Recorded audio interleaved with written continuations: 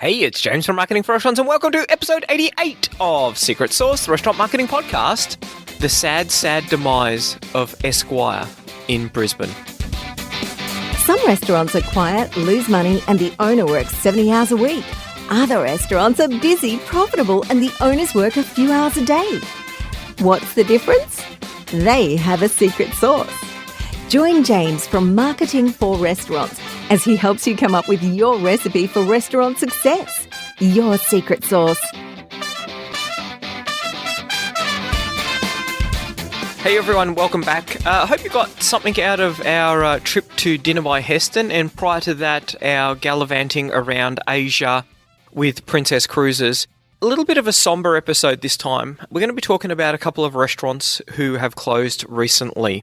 So one of them I won't name, a customer that, well, an ex-customer from a long time ago that we had maintained contact with for probably the last 4 years.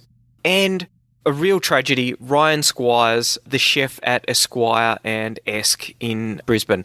I'd eaten at Esquire a few years ago now, a really great restaurant. It was a three-hatted restaurant in Brisbane, the only three-hatted restaurant in Brisbane in the Good Food Guide, and it closed last month. And so what we want to do is to delve into that a little bit more and look at some of the issues that have come up from that. So first off, the restaurant that we've known for about 4 or 5 years, probably 4 years now, in Perth. And they would continually, the owner would reach out probably every 6 to 12 months to us and say, what is there that you can do to help us? And the answer was always the same. Well, we could build a website for you. And when it comes to restaurant websites, restaurants tend to have, they tend to be in a couple of different situations. There are those who don't have a website. There are those who do have a website, but it's not working for them. And there are those who have great websites and they need, they might need our booking system or our online ordering system or a little bit of help with their Facebook marketing. They're the ways that it sort of works. Now, obviously, for those who don't have a website, then we're always saying that you should probably have a website. And we know that it works. We've got customers now who have taken over $1 million worth of bookings through their website. We've got customers who are doing $8,000, $10,000 months in online ordering and north of that sometimes. So we know that it works because, we see the bookings and the orders that are coming through for it. We also see when phone numbers are called and, the visits to it. And, there are people who are getting 10,000 visits a month to their restaurant website. Now, these are people who tend to have pretty busy restaurants. There are those who already have a website, and you know what? So sometimes they're fantastic. We're not the only people out there who build really, really good websites. I'd like to think that we're the most cost-effective with our platform because some people spend, a fortune on them. Sometimes they don't work out that well. Sometimes you've got a website that might be 3 or 4 years old and it's time to renew it. Technology moves on, search engine technology moves on, so that what worked in 3 years ago, 4 years ago in search definitely doesn't work now. So you need to be starting to think about, it's time to update. So the website might be doing all right. It's attracting a few people and it's taken a few bookings or, creating a bit of revenue for you. Now, this guy was in the situation where he had a website that was an actual sales deterrent. Now, I don't know how many people were going to his website, but it was a mobile optimized website only. So on a desktop, it was optimized for mobile, which meant that there were huge amounts of empty space. Interestingly enough, he'd chosen purple for the color of the website. I'm not too sure why. There were no images, and it only had a small amount of text on it. No online ordering, no details whatsoever. Now, I don't think that too many people went to the website. I'm hoping that not too many people went to the website because you would definitely question whether you should go there because it unless you had a really, really good reason, if you were kind of like looking to make a decision about going to a website, this was one of those ones that would turn you off going to that restaurant. And he would call us every 6 to 12 months. What is there that you can do to help me? And it'll be like, well, we'll build a website for you. We'll get you away from that absolutely horrid looking website that you need. And he'd always be like, yeah, how much did it cost? And it's the same price. It's been the same price. We haven't raised it. We've introduced new packages, but for him, $1,000 website would have been more than enough, to tell the story there. And he actually had a not too bad story. Mexican food, did a few interesting things there, but there were no photos on the website. There was nothing engaging. You couldn't check the menu. You couldn't find out what the price was. So very difficult to find out about this restaurant. And I know, so he was missing out on people who were looking for Mexican restaurants in his area. And he was also, I think, missing out on people who were trying to find his restaurant, and they were either finding his website. His website was actually quite hard to find. They were either finding his website and thinking, oh my God, I'm probably not going to go to this restaurant because it looks awful. There was always a reason why, I'm going to think about it a little bit longer. And it's really quite interesting because now the website's gone down and it looks like they've closed. And they came up in conversation this week with our team, and someone said, I wonder what's happening with them. And someone said, last time I spoke to him, he said he was wondering what he was going to do with the restaurant because it was still struggling. And I think the biggest mistake that he made was not actually actively committing to building the restaurant. For whatever reason, and obviously he should have got a website with us. It didn't have to be with us though. It could have been anything. There's plenty of things. He could have done a Wix website. A Wix website, for all of their issues, for all of the problems that you have with Wix websites, would have been about 1,000 times better than it was that he had. The sad thing is the time that he has lost. So he has been struggling in this restaurant for about 4 years. And I wonder, what would it have been like if he'd gone and actually got a decent marketing system in place 4 years ago? How many email addresses would he have collected from bookings? How many online orders would he have done? How much extra revenue would have been in there? And it's quite easy to see that it probably would have been $200,000 because we're talking over 5 years. Sorry, over 4 years. We're only talking an extra $1,000 a month. It's only an extra cover a day, and the average booking is for probably 3 people. So that's only one booking every 3 days that he needed to get in. And by booking, I mean, could have been a walk-in, could have been someone calling up, could have been someone making a booking. Those numbers are actually really quite low. And when you think about it, where would he be now if he had an extra $200,000 in his pocket? Now, of course, he's not going to be sitting there with $200,000 in the bank because he's been scrimping and saving, and he's been delaying the kind of purchases and investments that you need to make a decent restaurant thrive and live. But if he had invested that $200,000 back into his restaurant would have been in an awesome place now. Wouldn't have looked, I'm assuming it looks quite run down because talking to him, I've spoken to him probably 3 or 4 times in the last 4 years. These were the kind of issues that he's had. Old equipment in the kitchen, the place looking run down, people complaining about the place looking run down, not having the time to be able to, because what he might have done, what I think one of the things he could have done is taken that extra revenue and invested in it in extra people, extra talent, so that he had more time to work on the business, not in the business. And this is that message that we see it so often. You just need to commit. And I'm not saying you have to commit to doing the whole restaurant thing. Maybe he would have been better off saying, I'm going to close the restaurant. He'd had a couple of turning points in the restaurant, significant challenges. And if he had gone at those points, said, that's it. I'm closing. I'm shutting up now. Times when you have issues with the landlord, I'm going to go. That's it. Fine. I'm out of here. He would have had, 3 years of his life where he's not running a restaurant that's really, really struggling. And I think this is one of those things that restaurant owners need to look at. You've got to make that commitment one way or another to make the decision to be successful. He could just never pull the trigger on, these are the 5 things I'm going to do. These are the things I'm going to fundamentally change in my restaurant to make it better. He never got to that point, and I think the decision was taken out of his hands. It's just the amount of money that he'd pumped in, or the hours, the unpaid hours, probably thousands of hours of unpaid time, because he was never able to make it over a 4-year period. If you're doing 10 hours a week that's unpaid in your own restaurant, over 4 years, that works out to be 2,000 hours. 2,000 hours. That's really sad. That's a whole year's worth of work. Most people work around 2,000 hours a year. So there's a whole year that he has gone unpaid. And that is a real tragedy. Which brings us on to Esquire. So it was probably about 4 years ago that we ate at Esquire. And this was an epic restaurant. It was my favourite restaurant in Brisbane. As I said, the Good Food Guide rated it 3 hats. Ryan brings a wealth of experience to the Brisbane restaurant market. So he'd worked at elBulli, He'd worked at French Laundry out of San Fran and Per Se in New York, both Thomas Keller restaurants. So if he's able to work at 2 Thomas Keller restaurants, he's probably a damn fine chef who was at the top of his game, because they are outstanding restaurants in the United States. He opened Esquire about, I think it was 7 years ago, and he has worked really, really, really hard to build it to be the restaurant that it was. Now, he sent an email out saying, this is it, we're pulling the pin, thanking his staff, obviously. He thanked his customers, but obviously thanked his staff for coming along on the journey with him.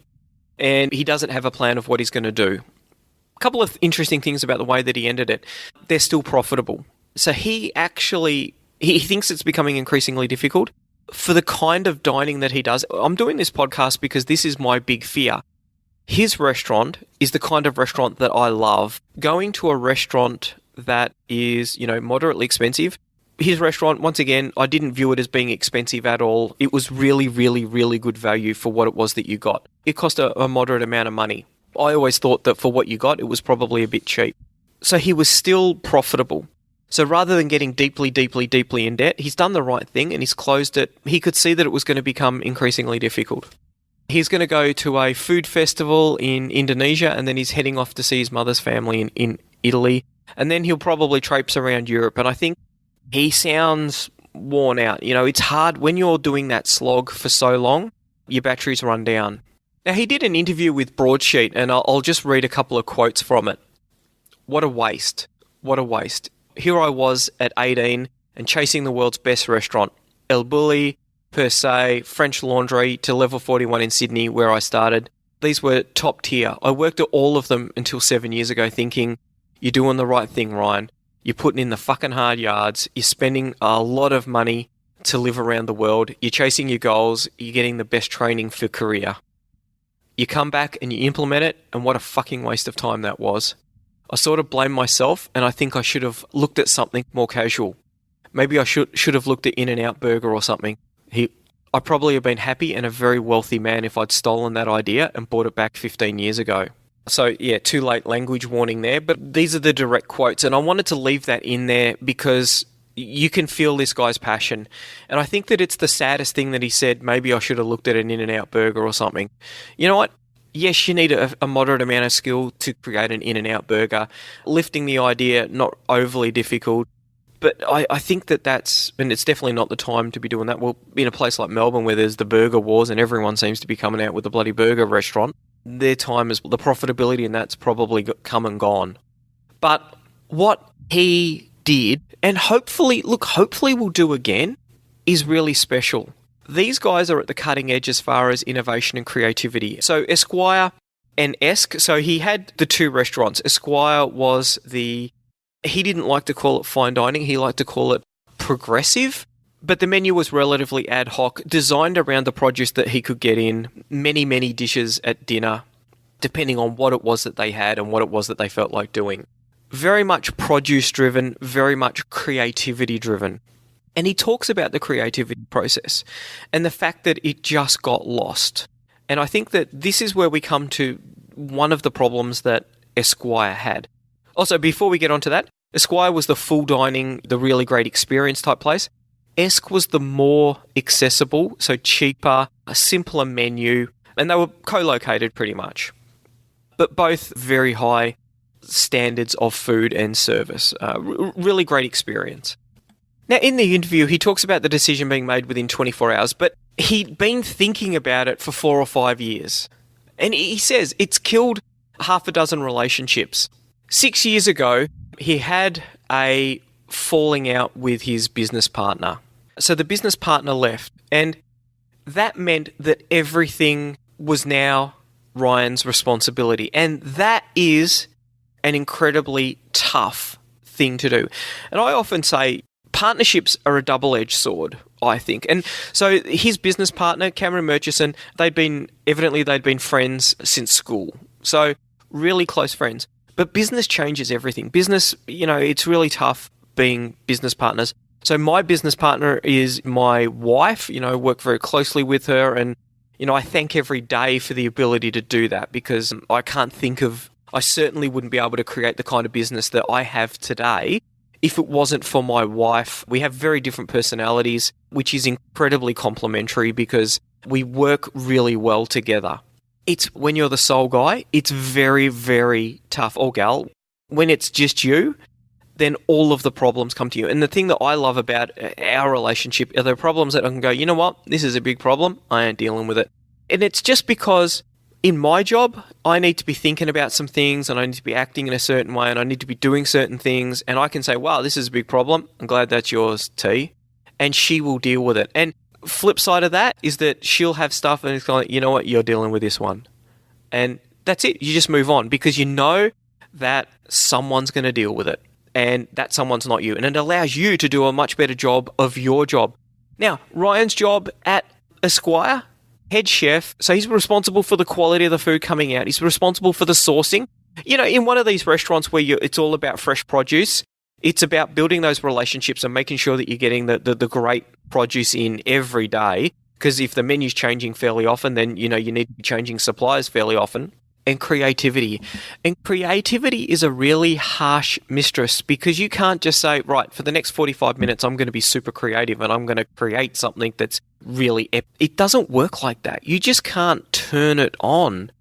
It's something that you need to you need to get into a headspace. You need to be thinking about it. If you've got 101 other worries, it's really hard. Your mind is going to be wandering about those 101 other worries.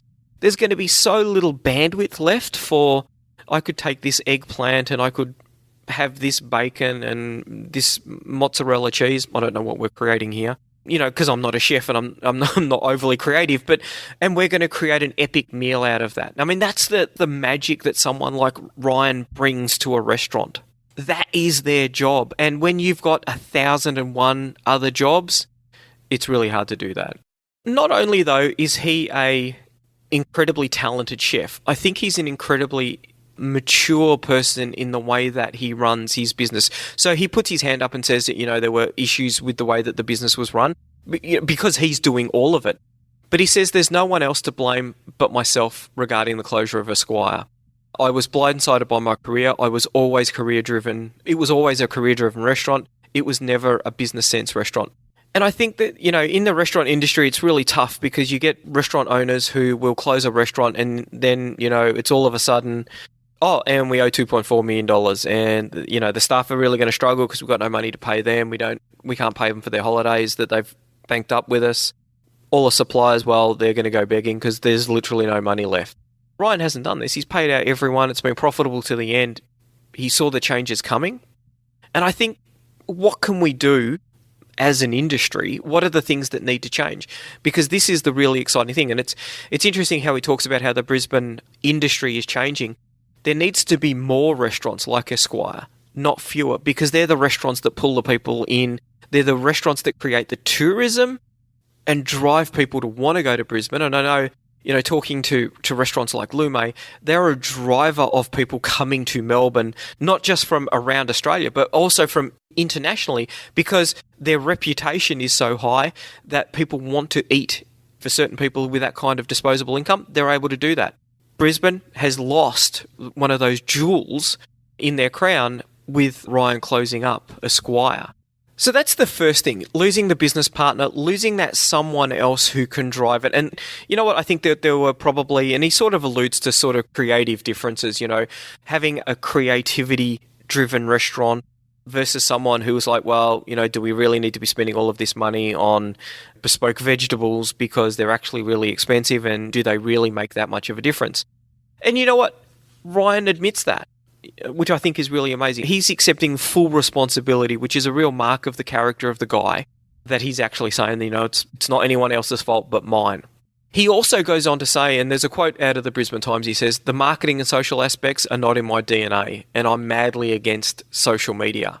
I wouldn't have minded if I had a business partner with the same vision to take care of that stuff. And this is one of those things that I think is a huge problem, because the marketing for Esquire has significantly let them down. So usually fully booked, it has all of the hallmarks of a great restaurant with crappy marketing. Really busy on a Friday and Saturday night, but no active mechanism to drag people who could have come in on a Friday and Saturday night. So probably turning people away, probably, booking 2 or 3 weeks out for a Saturday night, but nothing to drag those people away and put them in on a Tuesday, Wednesday, Thursday night. And so, when I heard of that Esquire's closed, I was like, oh my God, that's a real tragedy. Because to me, I've been there. It's interesting. One of the things that I remember best about it, so the food was immaculate. They had a really young sommelier there. He was like 21 years old and really avant-garde, really interesting choices. The way that he engaged with people was probably the best mix of social and formal that I've ever had. It's so hard to do. And some people will just be really sociable with you, and it's kind of like, mate, I don't want to be your best friend. I think you're crossing the line there. Or they're super formal. It's like, oh God, this guy's really stuck up. This guy was 21 and he nailed it just right. And it was a really eclectic mix that was really exciting and really enhanced the food that we had. But for someone who hadn't heard of Esquire, and obviously not enough people had, because I think when he talks about him being the only one, you can buy in a manager if you've got the money. And I just don't think they had the resources. I bang on about restaurant profitability a lot of the time. It's not about the bottom line. It's not about making money. That's an element of it. I think you need to be rewarded for the hard work that you put in. And look at what Ryan has done. He has traveled the world. He's sacrificed working in top-of-the-line restaurants so that he could perfect his craft. So he has perfected his craft that he should be able to demand a reward, a return on that. On the time, the effort that he's put in place, you need to get rewarded for that. If you go to med school and become a GP, then you get paid pretty well for it, really well for it. If you then go on and become a specialist, you get paid even better. That is the return on the years and years and years that you have spent learning what you need to perfect your craft. Why is it different for chefs? Why can't he commend the kind of salary that he should be able to for being, in the top couple of 100, 300, 400 chefs in the world, creating experiences that are completely amazing? I don't think that there's anything wrong with that. He should have been earning well in excess of what he was doing, and he should have had the resources around him that allow him to focus on being the creative genius. That's where his passion is.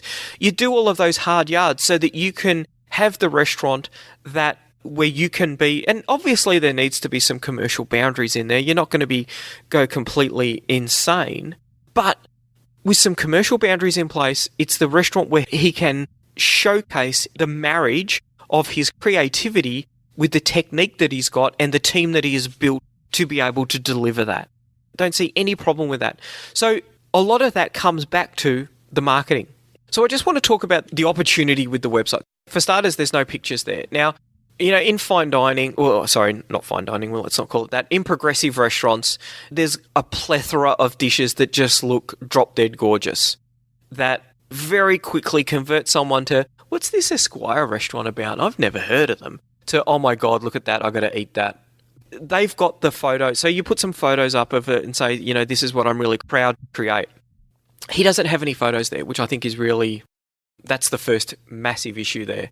The website, it's laid out a bit weird. It doesn't say fine dining. This is one of those websites where you potentially go, if I said to you, you got to check out Esquire, it's an big restaurant, you're going to go look at it and go, dinner's like $150. I don't know about that. And thinking back to what we ate, $150, that's cheap. His biggest issue was he wasn't commanding the price that he should have. His skill, his technique, the food that he was dishing up, $150, that's a bargain. I think, because sometimes each night it may represent 12 to 25 items per menu. That's crazy. So, and for the level of skill that he had, an easy $200. Why wasn't he charging $200? Because although he was full on a Friday and a Saturday night, not full during the week. Now, to make a booking, you just send him an email. So not going into a booking list. So if they were just using the free online restaurant booking system or any other booking system that doesn't share those contact details, he would have had a list of people, and he did have a mailing list because he mailed that out to people, but not an active way of driving that to people. Every time he comes up with a new dish, he should be telling people, and these are the 3 new dishes that we're doing this spring. The people who love his food are going to come back. Now, I'm not talking about the regulars who come in once a week or once a month or, every time they're in Brisbane. I'm talking about the people who eat there and they go, yep, I'm really busy and I've just kind of forgotten about it. You need someone there to be front and center to say, hey, here are 3 new things. Oh, wow, that looks epic. I'm going to go in there because I love eating there. There's no Facebook pixel. So people who, doesn't like social media, I get it. And you know what? For creatives, I completely understand it. It's a piece of art. It should stand by itself. But he admits, the space that they've got and his rent, he said was really expensive. It's going to be sold to some really good operators who are just going to create, come in, get some food and leave type thing. So they'll probably be quite successful there.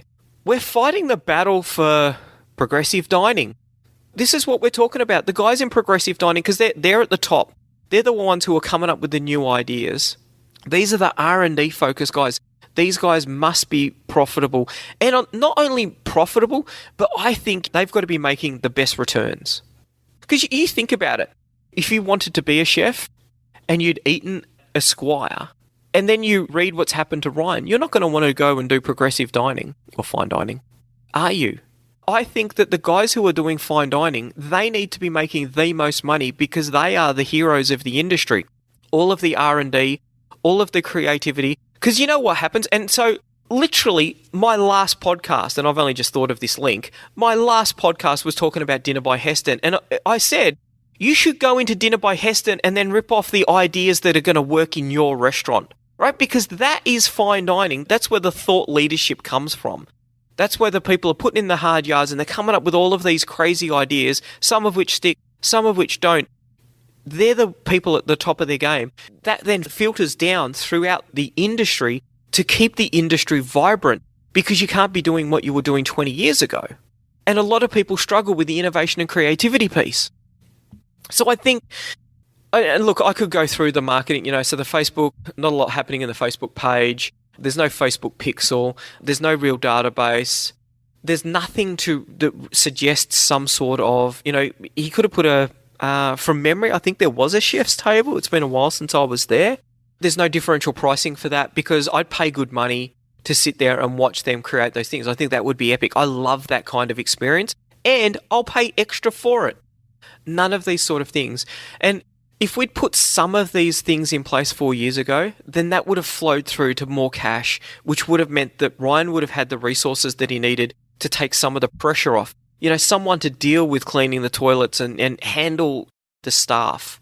They were the kind of things that he was having problems with. And you don't want to be dealing with that when you're trying to be Mr. Super Creative. That's your job. That's what you've got to focus on. So, I just want to really reinforce that the fine dining space, the progressive dining space, it's so important that people are successful at that level. And this is the perfect example of you don't want to have the best restaurant that no one's ever heard of. Now, obviously, people had heard of Esquire, but just not enough because there weren't people driving it to the Tuesday, Wednesday, Thursdays. Everyone can fill a Friday and a Saturday. If you can't fill on a Friday, Saturday, then either you're new and getting established. If you've been there for 5 years and still not filling a Friday and a Saturday night, you've got problems. You've got big problems, and they're not marketing. That's the kind of restaurant that you don't want marketing for. That's the kind of restaurant that really needs to have a long, hard think about the pricing, the food, the kitchen, the front of house, all of those sort of things, because there's something fundamentally wrong there. There was nothing wrong with Esquire. So it was profitable. Profitability was decreasing. It was just that Ryan was doing too much. And one of those things was marketing. And I think marketing would have given him the resources that he needed. So look, if you're in that situation, reach out to us because I think that there's 101 things that could have been done. And, it's really I'm quite sad about this because just someone to lend Ryan a bit of expertise around marketing could have made all the difference. So good luck to him. I hope he goes off and finds some inspiration. Really the most important thing, Ryan, recharge your batteries, mate, and come back with something that's just going to be more epic. Find something, go and eat some expensive restaurants in Europe and come back to have another crack at Brisbane. Brisbane needs people like you. It needs you, I think, because, you're driving that. You're the guy with the passion and the creativity. And there are so few people in the restaurant industry like that. So best of luck, mate. And yeah, enjoy your trip through Europe. For everyone else, have a think about creativity, have a think about innovation. Really think about the resources that you've got in the restaurant. Think about the team that you've got around you. And, you want to be playing to your strengths, I think. You've got to be playing to what you're good at, and all of the other stuff you should be getting someone in the team to do or outsourcing it. So that's about it. Plenty to think about there. So yeah, hopefully you will have a really busy Tuesday. Bye. Want more customers for your restaurant, cafe or takeout? Every month, our marketing tools and information are used by thousands of restaurant owners just like you to help them find more customers and turn them into repeat customers. All of our tools and information is designed specifically for restaurant owners. We know you don't have a lot of time to spend marketing or learning complicated procedures, so our tools are quick and easy to use. If you're looking to increase your revenue and profits or want to work less hours, check out marketingforrestaurants.com.